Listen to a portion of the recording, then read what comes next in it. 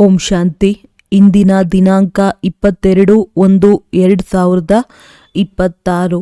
ಪ್ರಾರ್ಥ ಮುರುಳಿ ಬಾಪ್ತಾದ ಮಧುಬನ. ಮಧುರ ಮಕ್ಕಳೇ, ವಿದ್ಯೆ ಹಾಗೂ ದೈವಿ ಚಲನೆಯ ರಿಜಿಸ್ಟರ್ ನೀಡಿ ಪ್ರತಿನಿತ್ಯವೂ ಪರಿಶೀಲನೆ ಮಾಡಿರಿ. ನಮ್ಮಿಂದ ಯಾವುದೇ ತಪ್ಪುಗಳಂತೂ ಆಗಲಿಲ್ಲವೇ? ಪ್ರಶ್ನೆ: ತಾವು ಮಕ್ಕಳು ಯಾವ ಪುರುಷಾರ್ಥದಿಂದ ತಿಲಕವನ್ನು ಪ್ರಾಪ್ತಿ ಮಾಡಿಕೊಳ್ಳಬಹುದೋ? ಉತ್ತರ: ಸದಾ ಆಜ್ಞಾಕಾರಿಯಾಗಿರುವ ಪುರುಷಾರ್ಥವನ್ನು ಮಾಡಿರಿ. ಸಂಗಮದಲ್ಲಿ ಆದೇಶ ಪಾಲಕನೆಂಬ ತಿಲಕವನ್ನಿಟ್ಟುಕೊಳ್ಳುತ್ತೀರೆಂದರೆ ರಾಜ್ಯಭಾಗ್ಯದ ತಿಲಕವು ಸಿಕ್ಕಿಬಿಡುತ್ತದೆ. ಅವಿದ್ಯೆಯ ಅರ್ಥಾತ್ ಆಜ್ಞೆಯನ್ನು ಪರಿಪಾಲನೆ ಮಾಡದಿರುವವರು ರಾಜ್ಯಭಾಗ್ಯದ ತಿಲಕವನ್ನು ಪ್ರಾಪ್ತಿ ಮಾಡಿಕೊಳ್ಳಲು ಸಾಧ್ಯವಿಲ್ಲ. ಯಾವುದೇ ಕಾಯಿಲೆಯನ್ನು ಸರ್ಜನ್ನಿಂದ ಮುಚ್ಚಿಡಬಾರದು. ಮುಚ್ಚಿಡುತ್ತೀರೆಂದರೆ ಪದವಿಯು ಕಡಿಮೆಯಾಗಿ ಬಿಡುತ್ತದೆ. ತಂದೆಯಂತೆಯೇ ಪ್ರೀತಿಯ ಸಾಗರನಾಗುತ್ತೀರೆಂದರೆ ರಾಜ್ಯಭಾಗ್ಯದ ತಿಲಕವು ಸಿಕ್ಕಿಬಿಡುತ್ತದೆ.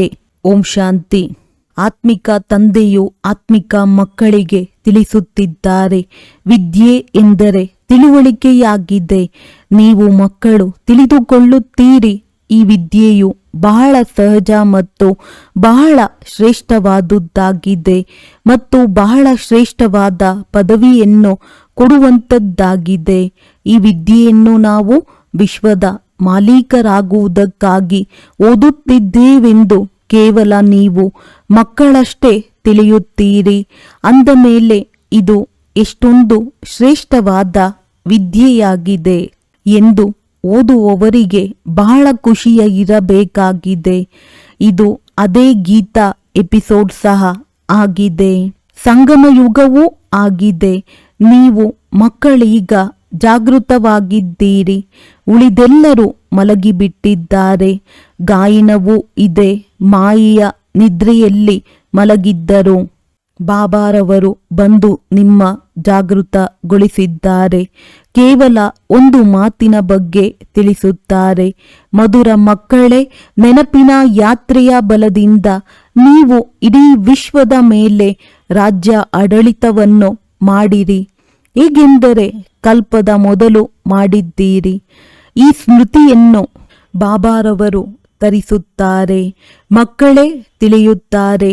ಈ ಯೋಗ ಬಲದಿಂದ ವಿಶ್ವದ ಮಾಲೀಕರಾಗುತ್ತೇವೆ ಮತ್ತು ಅನಂತರ ದೈವಿ ಗುಣವನ್ನು ಧಾರಣೆ ಮಾಡಿದ್ದೇವೆ ಎಂಬುದು ನಮಗೆ ಸ್ಮೃತಿಗೆ ಬಂದಿದೆ. ಯೋಗದ ಪ್ರತಿಯೇ ಸಂಪೂರ್ಣವಾಗಿ ಗಮನ ಕೊಡಬೇಕಾಗಿದೆ. ಈ ಯೋಗ ಬಲದಿಂದ ನೀವು ಮಕ್ಕಳಲ್ಲಿ ಸ್ವತಃವಾಗಿಯೇ ದೈವಿ ಗುಣಗಳು ಸಹ ಬಂದು ಬಿಡುತ್ತವೆ. ಅವಶ್ಯವಾಗಿ ಈ ಪರೀಕ್ಷೆಯೇ ಮನುಷ್ಯರಿಂದ ದೇವತೆಯನ್ನಾಗಿ ಮಾಡುವಂಥದ್ದಾಗಿದೆ. ನೀವು ಯೋಗ ಬಲದಿಂದ ಮನುಷ್ಯರಿಂದ ದೇವತೆಯಾಗಲು ಇಲ್ಲಿಗೆ ಬಂದಿದ್ದೀರಿ ಮತ್ತು ಇದನ್ನು ತಿಳಿದುಕೊಳ್ಳುತ್ತೀರಿ. ನಮ್ಮ ಯೋಗ ಬಲದಿಂದ ಇಡೀ ವಿಶ್ವವು ಪವಿತ್ರವಾಗಬೇಕಾಗಿದೆ. ಪವಿತ್ರವಾಗಿತ್ತು, ಈಗ ಇದು ಅಪವಿತ್ರವಾಗಿದೆ. ಇಡೀ ಚಕ್ರದ ರಹಸ್ಯವನ್ನು ನೀವು ಮಕ್ಕಳು ತಿಳಿದಿದ್ದೀರಿ ಮತ್ತು ಹೃದಯದಲ್ಲಿಯೂ ಇದೆ. ಬಲೆ, ಇಲ್ಲಿ ಯಾರೇ ಹೊಸಬ್ಬರಿದ್ದರೂ ಸಹ ಈ ಮಾತುಗಳನ್ನು ತಿಳಿದುಕೊಳ್ಳಲು ಸಹಜವಾಗಿದೆ. ನೀವು ದೇವತೆಗಳು ಪೂಜ್ಯರಾಗಿದ್ದೀರಿ. ನಂತರ ಪೂಜಾರಿ ತಮೋಪ್ರಧಾನರಾದಿರಿ. ಇದನ್ನು ಮತ್ಯಾರು ತಿಳಿಸಲು ಸಾಧ್ಯವಿಲ್ಲ. ತಂದೆಯು ಸ್ಪಷ್ಟವಾಗಿ ತಿಳಿಸುತ್ತಾರೆ. ಅದು ಭಕ್ತಿ ಮಾರ್ಗವಾಗಿದೆ. ಇದು ಜ್ಞಾನ ಮಾರ್ಗವಾಗಿದೆ. ಭಕ್ತಿಯು ಹಿಂದೆ ಹೊರಟು ಹೋಯಿತು. ಇಂದಿನ ಮಾತುಗಳನ್ನು ಚಿತ್ತದಲ್ಲಿಯೂ ಇಟ್ಟುಕೊಳ್ಳಬಾರದು. ಅದಂತೂ ಬೀಳಿಸುವ ಮಾತಾಗಿದೆ. ತಂದೆ ಈಗ ಏರುವಂತಹ ಮಾತುಗಳನ್ನು ತಿಳಿಸುತ್ತಿದ್ದಾರೆ. ಮಕ್ಕಳು ಸಹ ತಿಳಿಯುತ್ತಾರೆ. ನಾವು ಖಂಡಿತವಾಗಿಯೂ ದೈವಿ ಗುಣಗಳ ಧಾರಣೆಯನ್ನು ಮಾಡಬೇಕಾಗಿದೆ. ಪ್ರತಿನಿತ್ಯವೂ ಚಾರ್ಟನ್ನಿಡಬೇಕಾಗಿದೆ. ನಾವು ನೆನಪಿನಲ್ಲಿ ಎಷ್ಟು ಸಮಯ ಇರುತ್ತೇವೆ? ನಮ್ಮಿಂದ ಯಾವ ಯಾವ ತಪ್ಪುಗಳಾದವು? ತಪ್ಪಾದರೆ ಬಹಳ ಹೊಡೆತವೂ ಬೀಳುತ್ತದೆ. ಆ ವಿದ್ಯೆಯಲ್ಲಿಯೂ ಸಹ ಚಲನೆಯನ್ನು ನೋಡಲಾಗುತ್ತದೆ. ಇದರಲ್ಲಿಯೂ ಚಲನೆಯನ್ನು ನೋಡಲಾಗುತ್ತದೆ. ತಂದೆಯಂತೂ ನಿನ್ನ ಕಲ್ಯಾಣಕ್ಕಾಗಿಯೇ ಹೇಳುತ್ತಿದ್ದಾರೆ. ಅದರಲ್ಲಿಯೇ ರಿಜಿಸ್ಟರನ್ನಿಡುತ್ತಾರೆ. ಓದುವುದರಲ್ಲಿ ಹಾಗೂ ಚಲನೆಯ ರಿಜಿಸ್ಟರನ್ನು ಇಡುತ್ತಾರೆ. ಮಕ್ಕಳು ಇಲ್ಲಿಯೂ ಸಹ ದೇವತಾ ಚಲನೆಯನ್ನು ಮಾಡಿಕೊಳ್ಳಬೇಕಾಗಿದೆ. ತಮ್ಮಿಂದ ತಪ್ಪುಗಳಾಗಂತೆ ಸಂಭಾಲನೆ ಮಾಡಬೇಕಾಗಿದೆ. ನನ್ನಿಂದ ಯಾವುದೇ ತಪ್ಪಂತೂ ಆಗಲಿಲ್ಲವೇ? ಇದಕ್ಕಾಗಿಯೇ ಕಚೇರಿಯನ್ನು ಮಾಡಬೇಕಾಗಿದೆ. ಮತ್ತೆಲ್ಲಿಯೋ ಶಾಲೆ, ಇನ್ನೆಲ್ಲಿಯೋ ಕಚೇರಿಯಾಗುವುದಿಲ್ಲ. ಇದನ್ನು ಹೃದಯದಿಂದ ಕೇಳಿಕೊಳ್ಳಬೇಕಾಗಿದೆ. ತಂದೆಯು ತಿಳಿಸಿದ್ದಾರೆ, ಮಾಯೆಯ ಕಾರಣದಿಂದ ಒಂದಲ್ಲ ಒಂದು ಉಲ್ಲಂಘನೆಯಾಗುತ್ತಿರುತ್ತದೆ. ಪ್ರಾರಂಭದಲ್ಲಿಯೂ ಕಚೇರಿಯಾಗುತ್ತಿತ್ತು. ಮಕ್ಕಳು ಸತ್ಯವನ್ನು ಹೇಳುತ್ತಿದ್ದರು. ತಂದೆಯು ತಿಳಿಸುತ್ತಿರುತ್ತಾರೆ, ಒಂದು ವೇಳೆ ಸತ್ಯವನ್ನು ತಿಳಿಸಲಿಲ್ಲವೆಂದರೆ ತಪ್ಪುಗಳ ವೃದ್ಧಿಯಾಗುತ್ತಿರುತ್ತವೆ. ಉಲ್ಟಾ ಮತ್ತು ತಪ್ಪುಗಳ ದಂಡವನ್ನು ಸಿಗುತ್ತದೆ. ತಪ್ಪುಗಳನ್ನು ಹೇಳದಿರುವುದರಿಂದ ಅವಿದ್ಯೇಯನೆಂಬ ತಿಲಕವನ್ನಿಟ್ಟುಕೊಳ್ಳುತ್ತೀರಿ. ನಂತರ ರಾಜ್ಯ ಭಾಗ್ಯದ ತಿಲಕವು ಸಿಗಲು ಸಾಧ್ಯವಿಲ್ಲ. ಆಜ್ಞೆಯನ್ನು ಪಾಲಿಸಲಿಲ್ಲ. ಅವಿದ್ಯೇಯನಾಗುತ್ತಾರೆಂದರೆ ರಾಜ್ಯ ಭಾಗ್ಯದ ತಿಲಕವು ಸಿಗಲು ಸಾಧ್ಯವಿಲ್ಲ. ಸರ್ಜನ್ ಭಿನ್ನ ಭಿನ್ನ ಪ್ರಕಾರದಿಂದ ತಿಳಿಸುತ್ತಿರುತ್ತಾರೆ. ಒಂದು ವೇಳೆ ಸರ್ಜನ್ನಿಂದಲೇ ಕಾಯಿಲೆಯನ್ನು ಮುಚ್ಚಿಡುತ್ತೀರೆಂದರೆ ಪದವಿಯು ಕಡಿಮೆಯಾಗಿ ಬಿಡುತ್ತದೆ. ಸರ್ಜನ್ಗೆ ತಿಳಿಸುವುದರಿಂದ ಯಾವುದೇ ಹೊಡೆತಗಳು ಬೀಳುವುದಿಲ್ಲ ಅಲ್ಲವೇ? ತಂದೆಯು ಕೇವಲ ಎಚ್ಚರಿಕೆ ಎಂದು ಹೇಳುತ್ತಾರೆ. ನಂತರವೂ ಒಂದು ವೇಳೆ ಅಂತಹ ತಪ್ಪುಗಳನ್ನು ಮಾಡುತ್ತೀರೆಂದರೆ ನಷ್ಟವನ್ನನುಭವಿಸುತ್ತೀರಿ. ಪದವಿಯು ಬಹಳ ಕಡಿಮೆಯಾಗಿ ಬಿಡುತ್ತದೆ. ಅಲ್ಲಂತೂ ಸ್ವಾಭಾವಿಕವಾಗಿಯೇ ದೈವಿ ಚಲನೆ ಇರುತ್ತದೆ. ಆದರೆ ಇಲ್ಲಿ ಪುರುಷಾರ್ಥವನ್ನು ಮಾಡಬೇಕಾಗಿದೆ. ಗಳಿಗೆ ಗಳಿಗೆಯೂ ಫೇಲ್ ಆಗಬಾರದು. ಅದಕ್ಕಾಗಿ ತಂದೆಯು ಹೇಳುತ್ತಾರೆ, ಮಕ್ಕಳೇ, ಜಾಸ್ತಿ ತಪ್ಪುಗಳನ್ನು ಮಾಡಬಾರದು. ತಂದೆಯು ಬಹಳ ಪ್ರೀತಿಯ ಸಾಗರ ಆಗಿದ್ದಾರೆ. ಅದೇ ರೀತಿ ಮಕ್ಕಳು ಸಹ ಆಗಬೇಕಾಗಿದೆ. ತಂದೆಯಂತೆ ಮಕ್ಕಳು, ರಾಜರಾಣಿಯಂತೆ ಪ್ರಜೆಗಳು. ಬಾಬಾರವರಂತೂ ರಾಜ ಆಗುವುದಿಲ್ಲ. ನೀವು ತಿಳಿದುಕೊಳ್ಳುತ್ತೀರಿ, ಬಾಬಾರವರು ನಮ್ಮನ್ನು ತನ್ನ ಸಮಾನರನ್ನಾಗಿ ಮಾಡಿಕೊಳ್ಳುತ್ತಾರೆ. ತಂದೆಯ ಮಹಿಮೆಯನ್ನೇನು ಮಾಡುತ್ತಾರೆ? ಅದು ನಿಮ್ಮದು ಆಗಬೇಕಾಗಿದೆ. ಅದಕ್ಕಾಗಿ ತಂದೆಯ ಸಮಾನರಾಗಬೇಕು. ಮಾಯೆಯು ಬಹಳ ಶಕ್ತಿಶಾಲಿಯಾಗಿದೆ. ಅದು ನಿಮ್ಮನ್ನು ರಿಜಿಸ್ಟರ್ ಇಡಲು ಬಿಡುವುದಿಲ್ಲ. ಮಾಯೆಯ ಬಂಧನದಲ್ಲಿ ಸಂಪೂರ್ಣವಾಗಿ ಸಿಕ್ಕಿಕೊಂಡಿದ್ದೀರಿ. ಮಾಯೆಯ ಸೆರೆಮನೆಯಿಂದ ನೀವು ಬಿಡಿಸಿಕೊಳ್ಳಲು ಸಾಧ್ಯವಿಲ್ಲ. ಇದರಲ್ಲಿ ಸತ್ಯವನ್ನು ಹೇಳುವುದಿಲ್ಲವೆಂದರೆ ತಂದೆಯು ಹೇಳುತ್ತಾರೆ, ಅಕ್ಯುರೇಟ್ ನೆನಪಿನ ಚಾರ್ಟನ್ನಿಡಿ. ಬೆಳಿಗ್ಗೆ ಎದ್ದು ತಂದೆಯನ್ನು ನೆನಪು ಮಾಡಿರಿ. ತಂದೆಯದ್ದೇ ಮಹಿಮೆಯನ್ನು ಮಾಡಿರಿ.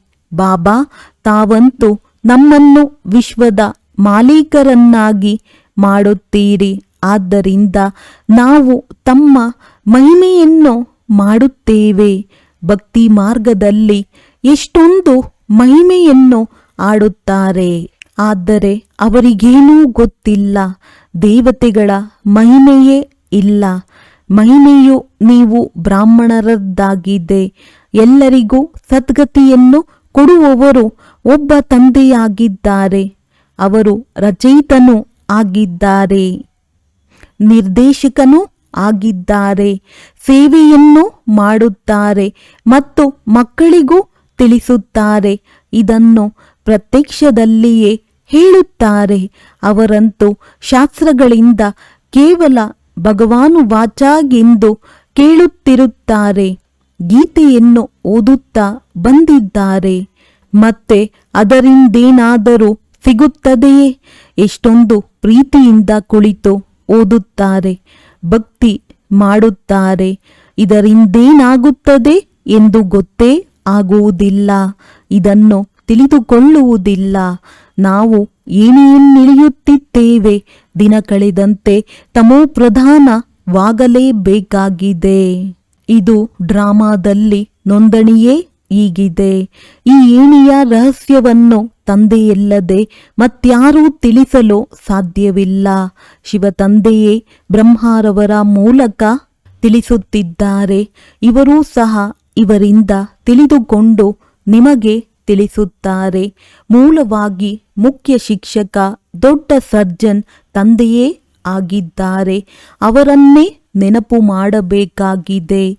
ಈ ರೀತಿ ಹೇಳುವುದಿಲ್ಲ. ಬ್ರಾಹ್ಮಣಿಯನ್ನು ನೆನಪು ಮಾಡಿರಿ. ಒಬ್ಬರನ್ನೇ ನೆನಪಿಡಬೇಕಾಗಿದೆ. ಎಂದಿಗೂ ಯಾರೊಂದಿಗೂ ಮೋಹವನ್ನಿಡಬಾರದು. ಇಡೀ ಪ್ರಪಂಚದೊಂದಿಗೆ ವೈರಾಗ್ಯವಿರಲಿ. ಹೇಗೆಂದರೆ ಇದಂತೂ ಸಮಾಪ್ತಿಯಾಗಿ ಬಿಟ್ಟಿದೆ ಎನ್ನುವಂತೆ. ಇದರಲ್ಲಿ ಪ್ರೀತಿ ಅಥವಾ ಆಸಕ್ತಿಯೂ ಇರಬಾರದು. ಎಷ್ಟೊಂದು ದೊಡ್ಡ ದೊಡ್ಡ ಕಟ್ಟಡ ಮುಂತಾದವನ್ನು ಕಟ್ಟುತ್ತಿರುತ್ತಾರೆ. ಅವರಿಗೆ ಇದು ಗೊತ್ತೇ ಇಲ್ಲ. ಈ ಹಳೆಯ ಪ್ರಪಂಚವನ್ನಷ್ಟೇ ಸಮಯವಿರುತ್ತದೆ. ನೀವು ಮಕ್ಕಳೀಗ ಜಾಗೃತವಾಗಿದ್ದೀರಿ. ಅನ್ಯರನ್ನು ಜಾಗೃತಗೊಳಿಸುತ್ತೀರಿ. ತಂದೆಯು ಆತ್ಮರನ್ನೇ ಜಾಗೃತಗೊಳಿಸುತ್ತಾರೆ. ಗಳಿಗೆ ಗಳಿಗೆಗೂ ಹೇಳುತ್ತಾರೆ, ತಮ್ಮನ್ನು ಆತ್ಮವೆಂದು ತಿಳಿಯಿರಿ. ಶರೀರವೆಂದು ತಿಳಿಯುತ್ತೀರೆಂದರೆ ಮಲಗಿರುವವರಾಗಿದ್ದೀರಿ. ತಮ್ಮನ್ನು ಆತ್ಮನೆಂದು ತಿಳಿಯಿರಿ ಮತ್ತು ತಂದೆಯನ್ನು ನೆನಪು ಮಾಡಿರಿ. ಆತ್ಮವು ಪತಿತವಾಗಿದೆ ಎಂದರೆ ಶರೀರವು ಪತಿತವಾಗಿರುವುದೇ ಸಿಗುತ್ತದೆ. ಆತ್ಮವು ಪಾವನವಾದರೆ ಶರೀರವು ಪಾವನವಾಗಿರುವುದೇ ಸಿಗುತ್ತದೆ. ತಂದೆಯು ತಿಳಿಸುತ್ತಾರೆ, ನೀವೇ ಈ ದೇವಿ ದೇವತಾ ಮನೆತನದವರಾಗಿದ್ದೀರಿ. ಪುನಃ ನೀವೇ ಆಗಿಬಿಡುತ್ತೀರಿ. ಎಷ್ಟೊಂದು ಸಹಜವಿದೆ. ಇಂತಹ ತಂದೆಯನ್ನೇಕೆ ನಾವು ನೆನಪು ಮಾಡುವುದಿಲ್ಲ?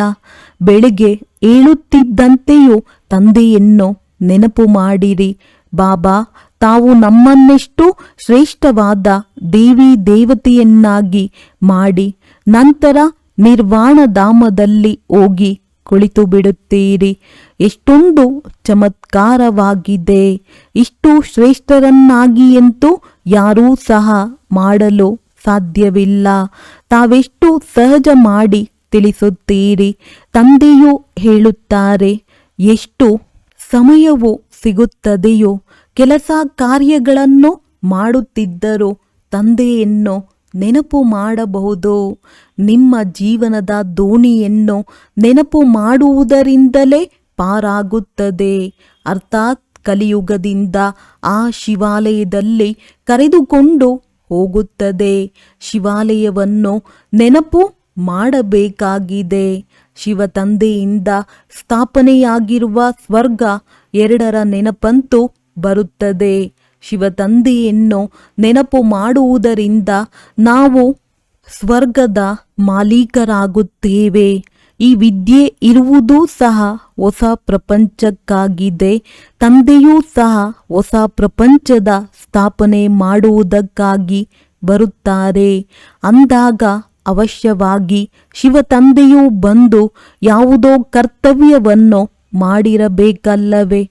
ನೀವು ನೋಡುತ್ತಿದ್ದೀರಿ, ನಾನು ಡ್ರಾಮಾದ ಯೋಜನೆಯ ಅನುಸಾರವಾಗಿ ಪಾತ್ರವನ್ನಭಿನಯಿಸುತ್ತಿದ್ದೇನೆ.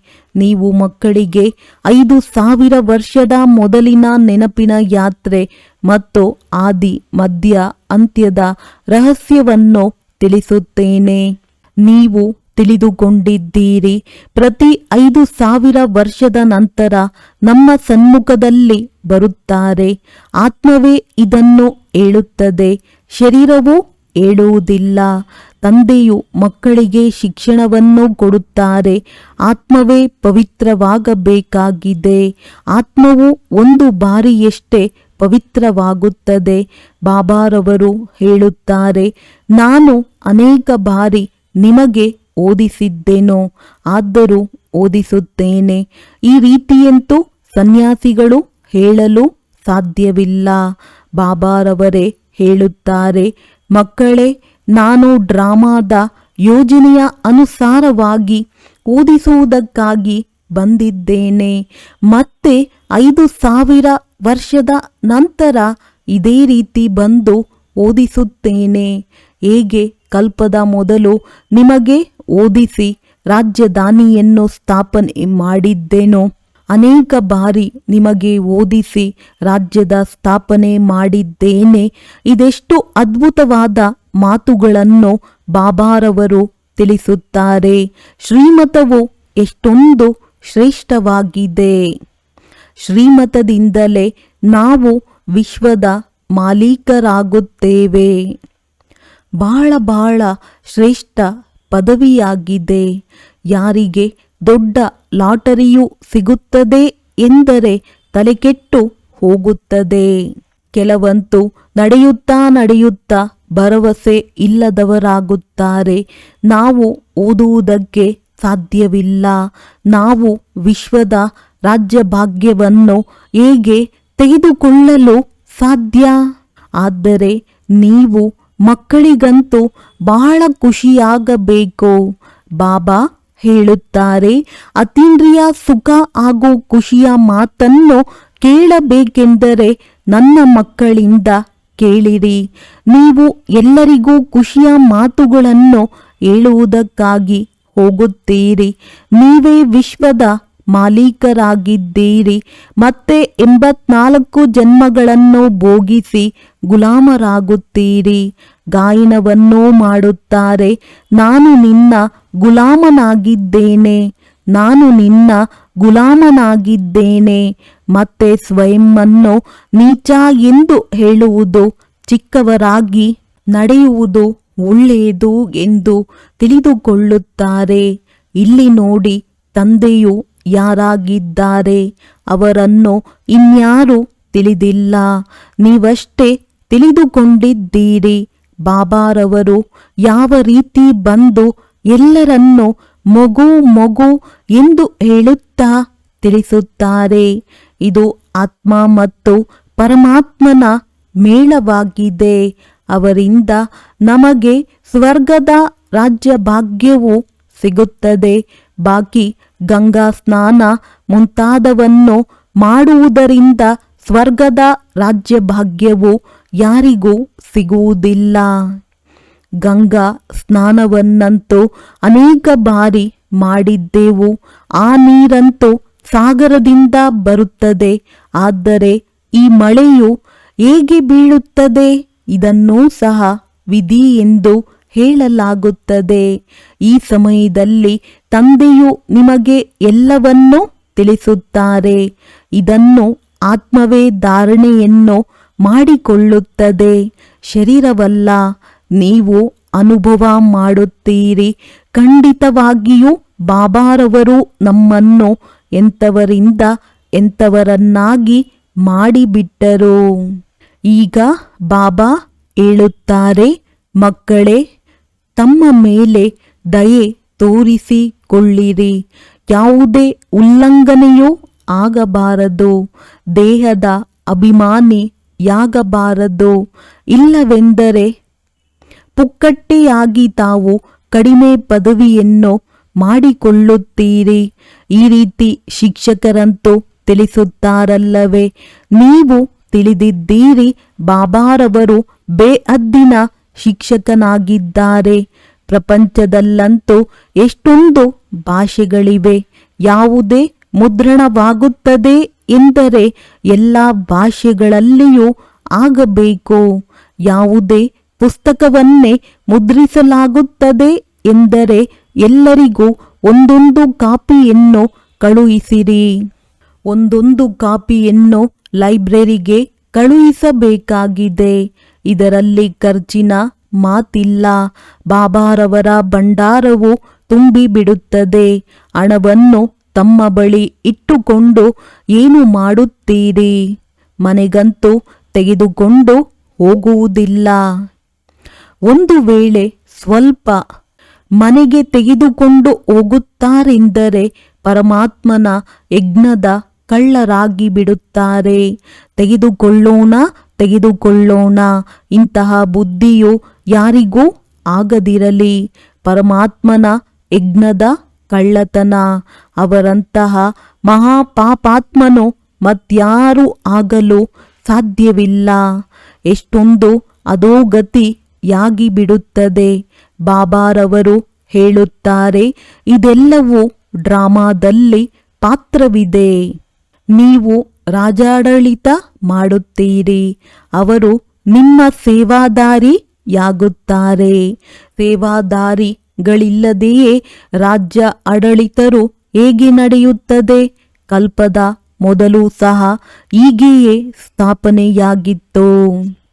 ಈಗ ಬಾಬಾರವರು ಹೇಳುತ್ತಾರೆ, ತಮ್ಮ ಕಲ್ಯಾಣವನ್ನು ಮಾಡಿಕೊಳ್ಳಬೇಕೆಂದು ಬಯಸುತ್ತೀರೆಂದರೆ ಶ್ರೀಮತದಂತೆ ನಡೆಯಿರಿ. ದೈವಿ ಗುಣವನ್ನು ಧಾರಣೆ ಮಾಡಿರಿ. ಕ್ರೋಧ ಮಾಡಿಕೊಳ್ಳುವುದು ದೈವಿ ಗುಣವಲ್ಲ, ಅದು ಆಸುರಿ ಗುಣವಾಗಿ ಬಿಡುತ್ತದೆ. ಯಾರೇ ಕ್ರೋಧ ಮಾಡಲಿ, ಆದರೆ ತಾವು ಶಾಂತವಾಗಿ ಬಿಡಬೇಕು. ಪ್ರತ್ಯುತ್ತರವನ್ನು ಕೊಡಬಾರದು. ಪ್ರತಿಯೊಬ್ಬರ ಚಲನೆಯಿಂದಲೇ ತಿಳಿದುಕೊಳ್ಳಬಹುದು. ಅವಗುಣವಂತೂ ಎಲ್ಲರಲ್ಲಿಯೂ ಇದೆ. ಯಾವಾಗ ಯಾರೇ ಕ್ರೋಧ ಮಾಡುತ್ತಾರೆಂದರೆ ಅವರ ಮುಖವು ತಾಮ್ರದಂತಾಗಿ ಬಿಡುತ್ತದೆ. ಮುಖದಿಂದ ಬಾಂಬುಗಳನ್ನಾಕುತ್ತಾರೆ. ತನ್ನದೇ ನಷ್ಟ ಮಾಡಿಕೊಂಡು ಬಿಡುತ್ತಾರೆ. ಪದವಿ ಭ್ರಷ್ಟವಾಗುತ್ತದೆ. ಇದನ್ನು ತಿಳಿದುಕೊಳ್ಳಬೇಕಾಗಿದೆ. ಬಾಬಾರವರು ಹೇಳುತ್ತಾರೆ, ಯಾವ ಪಾಪಕರ್ಮವನ್ನು ಮಾಡುತ್ತೀರಿ ಅದನ್ನು ಬರೆದು ಬಿಡಿ. ಬಾಬಾರವರಿಗೆ ತಿಳಿಸುವುದರಿಂದ ಕ್ಷಮೆಯಾಗಿ ಬಿಡುತ್ತದೆ. ಹೊರೆಯು ಹಗುರವಾಗಿ ಬಿಡುತ್ತದೆ. ಜನ್ಮ ಜನ್ಮಾಂತರದಿಂದ ನೀವು ವಿಕಾರದಲ್ಲಿಯೇ ಹೋಗಿದ್ದೀರಿ. ಈ ಸಮಯದಲ್ಲಿ ನೀವು ಯಾವುದೇ ಪಾಪಕರ್ಮವನ್ನು ಮಾಡುತ್ತೀರೆಂದರೆ 100 ಪಟ್ಟು ಆಗಿಬಿಡುತ್ತದೆ. ಬಾಬಾರವರ ಮುಂದೆ ತಪ್ಪು ಮಾಡಿದ್ದೀರೆಂದರೆ 100 ಪಟ್ಟು ಶಿಕ್ಷೆಯಾಗಿ ಬಿಡುತ್ತದೆ. ಮಾಡಿದ್ದೀರಿ ಮತ್ತು ತಿಳಿಸಲಿಲ್ಲವೆಂದರೆ ಇನ್ನೂ ವೃದ್ಧಿಯಾಗಿ ಬಿಡುತ್ತದೆ. ತಂದೆಯಂತೂ ತಿಳಿಸುತ್ತಾರೆ, ತಮ್ಮನ್ನು ನಷ್ಟದಲ್ಲಿ ತಲುಪಿಸಬೇಡಿ. ತಂದೆಯು ಮಕ್ಕಳ ಬುದ್ಧಿಯನ್ನು ಒಳ್ಳೆಯದನ್ನಾಗಿ ಮಾಡಲು ಬಂದಿದ್ದಾರೆ. ಇವರು ಎಂತಹ ಪದವಿಯನ್ನು ಪಡೆಯುತ್ತಾರೆನ್ನುವುದು ಗೊತ್ತಿದೆ. ಅದು ಸಹ 21 ಜನ್ಮದ ಮಾತಾಗಿದೆ. ಯಾರು ಸೇವಾದಾರಿ ಮಕ್ಕಳಿದ್ದಾರೆ ಅವರ ಸ್ವಭಾವವು ಮಧುರವಾಗಬೇಕು. ಕೆಲವರಂತೂ ತಕ್ಷಣವೇ ತಂದೆಗೆ ತಿಳಿಸುತ್ತಾರೆ, ಬಾಬಾ ಈ ತಪ್ಪಾಯಿತು. ಇದರಿಂದ ಬಾಬಾರವರು ಖುಷಿಯಾಗುತ್ತಾರೆ. ಭಗವಂತನು ಖುಷಿಯಾದರೆಂದರೆ ಇನ್ನೇನು ಬೇಕು. ಇವರಂತೂ ತಂದೆ, ಶಿಕ್ಷಕ, ಗುರು ಮೂವರು ಆಗಿದ್ದಾರೆ. ಇಲ್ಲವೆಂದರೆ ಮೂವರು ಬೇಸರವಾಗಿ ಬಿಡುತ್ತಾರೆ. ಒಳ್ಳೆಯದು, ಮಧುರಾತಿ ಮಧುರ ಅಗಲಿ ಹೋಗಿ ಮರಳಿ ಸಿಕ್ಕಿರುವ ಮಕ್ಕಳ ಪ್ರತಿ ಮಾತ್ಪಿತಾ ಬಾಪ್ ತಾದಾರವರ ನೆನಪು, ಪ್ರೀತಿ ಹಾಗೂ ನಮಸ್ತೆ. ಆತ್ಮಿಕ ತಂದೆಯ ಆತ್ಮಿಕ ಮಕ್ಕಳಿಗೆ ನಮಸ್ತೆ. ಧಾರಣೆಗಾಗಿ ಮುಖ್ಯ ಸಾರ: ಶ್ರೀಮತದಂತೆ ನಡೆದು ತಮ್ಮ ಬುದ್ಧಿಯನ್ನು ಒಳ್ಳೆಯದನ್ನಾಗಿ ಮಾಡಿಕೊಳ್ಳಬೇಕಾಗಿದೆ. ಯಾವುದೇ ಉಲ್ಲಂಘನೆಯನ್ನು ಮಾಡಬಾರದು. ಕ್ರೋಧದಲ್ಲಿ ಬಂದು ಮುಖದಿಂದ ಬಾಂಬನ್ನು ಹೊರ ತೆಗೆಯಬಾರದು. ಶಾಂತವಾಗಿರಬೇಕಾಗಿದೆ. ತಂದೆಯ ಮಹಿಮೆಯನ್ನು ಮನಸ್ಫೂರ್ತಿಯಾಗಿ ಮಾಡಬೇಕಾಗಿದೆ. ಈ ಹಳೆಯ ಪ್ರಪಂಚದೊಂದಿಗೆ ಆಸಕ್ತಿ ಅಥವಾ ಪ್ರೀತಿಯನ್ನಿಡಬಾರದು. ಬೇಅದ್ದಿನ ವೈರಾಗಿ ಮತ್ತು ನಿರ್ಮೋಹಿಯಾಗಬೇಕಾಗಿದೆ. ವರದಾನ: ನೆನಪಿನ ಆಧಾರದಿಂದ ಮಾಯೆಯ ಕೆಸರಿನಿಂದ ದೂರವಿರುವ ಸದಾ ಹರ್ಷಿತಮುಖಿ ಭವ. ತಮ್ಮ ಮುಂದೆ ಎಂತಹ ಮಾತುಗಳೇ ಬರಲಿ ಅದನ್ನು ಕೇವಲ ತಂದೆಯ ಮೇಲೆ ಬಿಟ್ಟು ಬಿಡಿ. ಮನಪೂರ್ವಕವಾಗಿ ಹೇಳಿರಿ, ಬಾಬಾ, ಇದರಿಂದ ಮಾತುಗಳೆಲ್ಲವೂ ಸಮಾಪ್ತಿಯಾಗಿ ಬಿಡುತ್ತವೆ.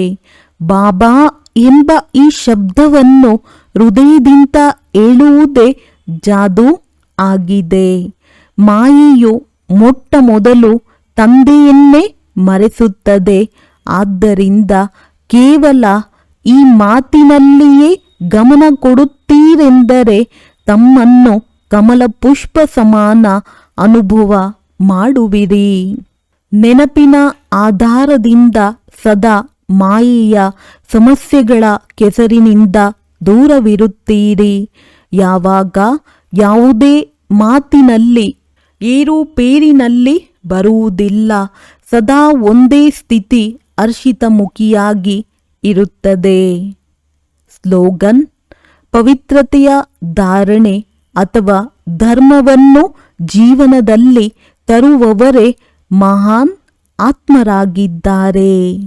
ಅವ್ಯಕ್ತ ಸೂಚನೆಗಳು: ಈ ಅವ್ಯಕ್ತ ಮಾಸದಲ್ಲಿ ಬಂಧನ ಮುಕ್ತರಾಗಿ ಜೀವನ್ಮುಕ್ತ ಸ್ಥಿತಿಯ ಅನುಭವ ಮಾಡಿರಿ. ಸ್ವಯಂ ಅನ್ನು ಬಂಧನಗಳಿಂದ ಮುಕ್ತರಾಗಲು ನಿಮ್ಮ ನಡೆ ನಡತೆಯನ್ನು ಮತ್ತು ಕಠಿಣ ಸಂಸ್ಕಾರಗಳನ್ನು ಬದಲಿಸಿಕೊಳ್ಳಿ. ಬಂಧನ ಹಾಕುವವರು ತಮ್ಮ ಕೆಲಸವನ್ನು ಮಾಡಲಿ. ನೀವು ನಿಮ್ಮ ಕೆಲಸವನ್ನು ಮಾಡಿ. ಅವರ ಕೆಲಸವನ್ನು ನೋಡಿ ಭಯಪಡಬೇಡಿ. ಅವರು ತಮ್ಮ ಕೆಲಸವನ್ನು ಎಷ್ಟು ಬಲದಿಂದ ಫೋರ್ಸ್ ಜೊತೆ ಮಾಡುತ್ತಿದ್ದಾರೆ. ನೀವು ಸಹ ನಿಮ್ಮ ಶಕ್ತಿಯನ್ನು ಬಳಸಿಕೊಂಡು ಮಾಡಿ. ಅವರು ತಮ್ಮ ಕರ್ತವ್ಯವನ್ನು ಹೇಗೆ ನಿಭಾಯಿಸುತ್ತಿದ್ದಾರೆ ಎಂಬ ಗುಣವನ್ನು ತೆಗೆದುಕೊಳ್ಳಿ.